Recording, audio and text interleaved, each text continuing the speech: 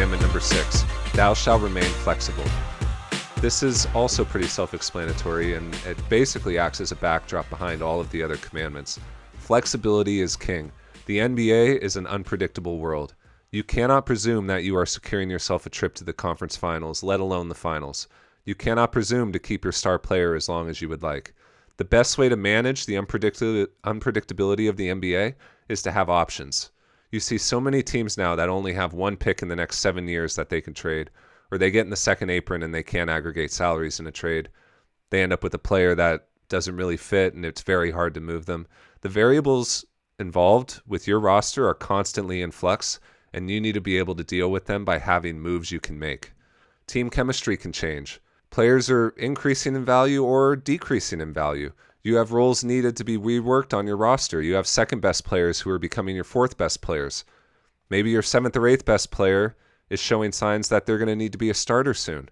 Maybe you plan for your team to function a certain way in the offseason, but throughout the season it becomes clear that it needs to function in a different way and you need to adjust. That happens all the time. It'll almost never work out the way that you had in mind in the summer, and you need currency to be able to deal with that. Flexibility means draft picks, movable contracts. Contracts that you can stack to acquire an expensive player if they become available. How many times it happens? Once every 2 years, a star becomes available that nobody saw coming.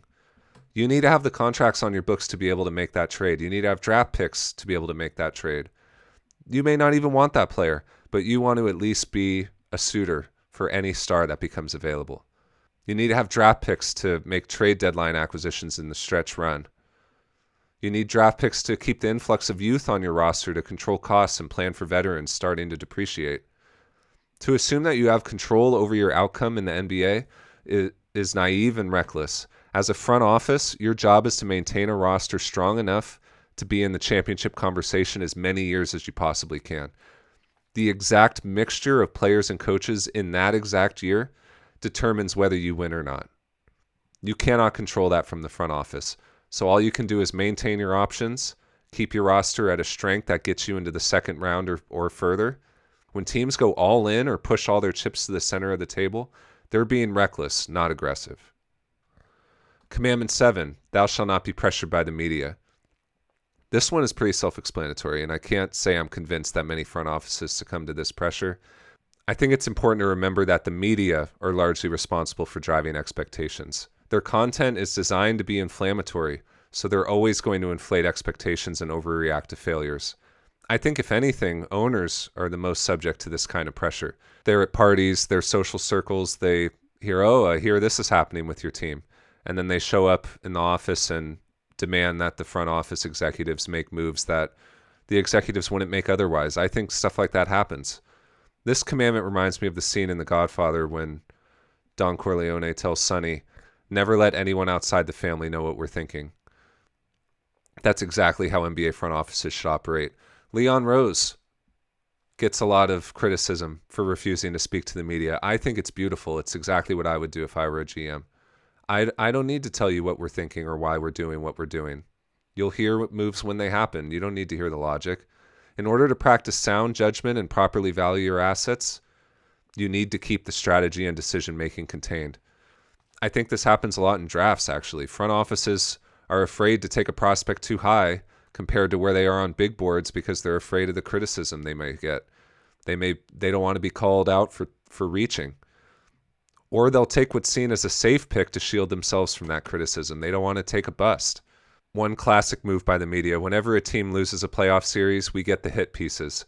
I think the team that we're seeing a lot of that right now for is the New York Knicks. There was the pieces about Tibbs. Rick Brunson, no one likes him. Cat rubs everybody the wrong way. All this stuff about the Knicks coming out immediately after they lose to the Pacers. All of that is reactionary clickbait. If you take it at face value, you risk making some poorly thought out decisions with both your roster and your coaching staff. Moving on to Commandment 8, thou shalt value the draft. Not only are draft picks currency for trades, but as I said with cap integrity, keeping the flow of young, cost-controlled players onto your roster is vitally important to keeping your options open. How many veteran teams have we seen say, we don't need our in the 20s draft picks, these guys aren't going to help us win right now, let's trade them? This 20-year-old isn't going to help us right now. Let's trade them. The draft is the way that assets are dispersed to the league's teams. It's obvious, but it's an important point. You need to treat it with the utmost importance, and failing to do so leads to inefficiently managing your assets. There are many teams in the league that can operate with the idea that we're contending.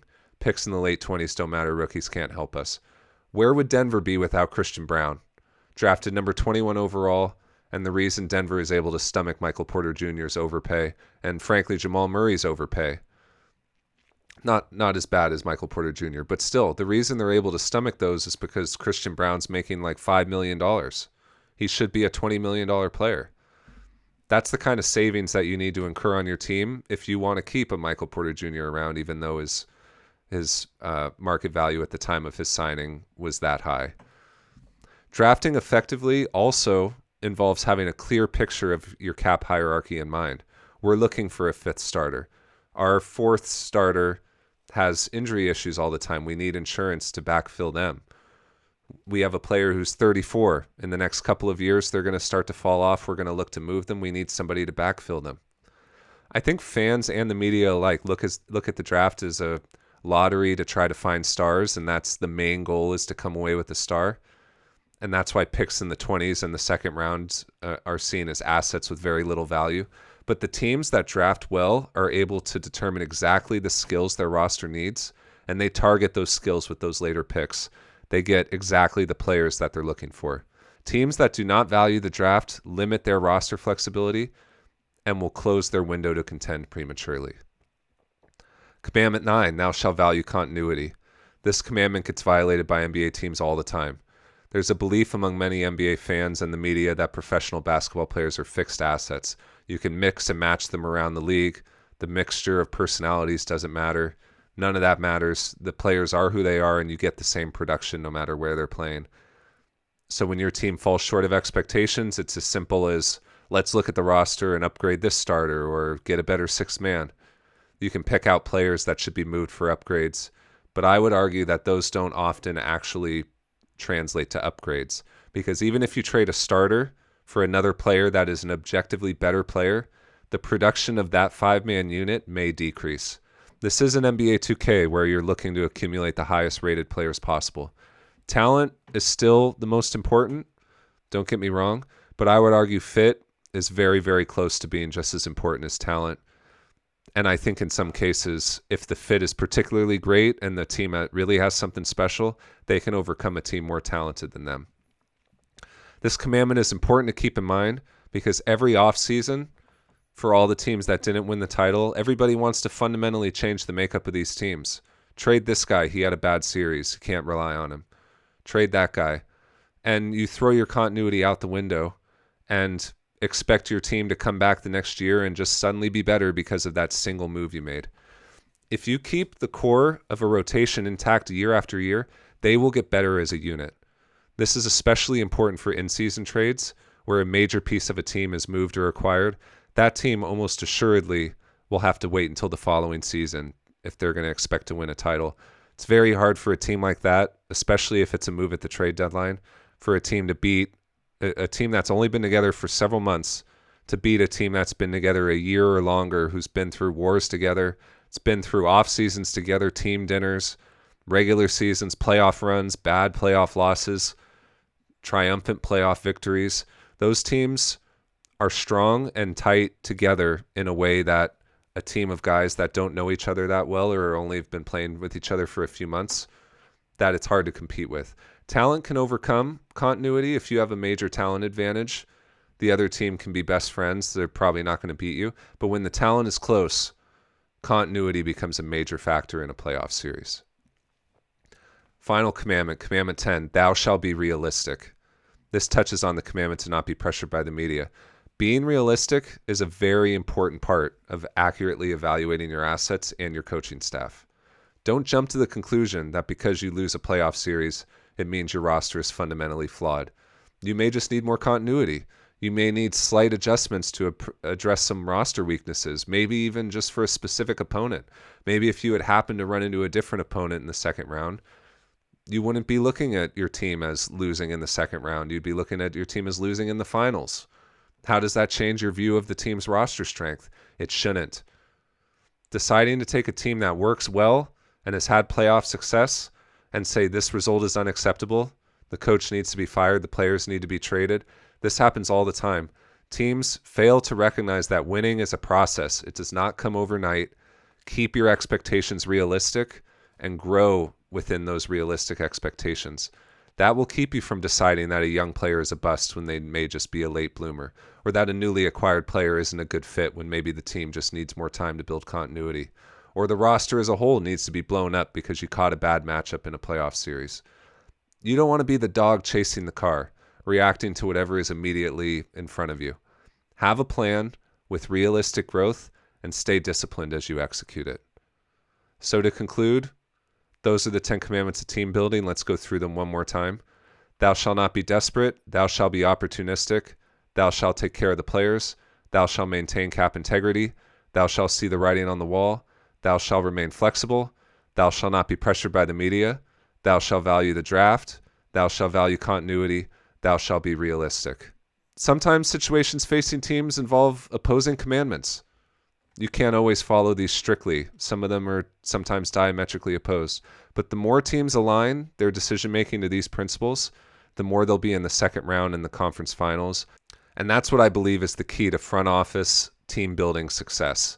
You need a top 10 player to win a title in the NBA. There's no getting around that. It's been proven true over and over again with very few exceptions. Build a sustainable roster around that top 10 player, strong enough to virtually guarantee winning in the first round.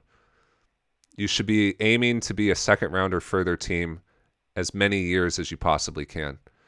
Keep that window open to contend as long as possible. Let the players and coaches take it from there.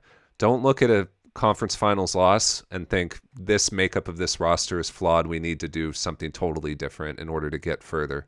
We've hit our ceiling. That's something you hear in the media all the time. I don't believe that to be true. There are teams in the NBA who haven't made it out of the first round in 20 years because they violate these commandments repeatedly. They're always blowing up the roster and hanging around in the top 5 of the draft, hoping to draft the next generational talent. And even if they were to get their hands on someone of that nature, they don't even have the organizational acumen to build around that player. We're not looking to burn bright and die fast, because one injury that causes you to lose one playoff series can ruin a very small window that you've wedged yourself into. We want to make the playoffs 20 years in a row and win multiple titles throughout. That's what the 10 Commandments of team building are all about. That's what Basketball Gospel is all about. Keep tuning into the channel. We're going to have great NBA content for you all throughout the summer.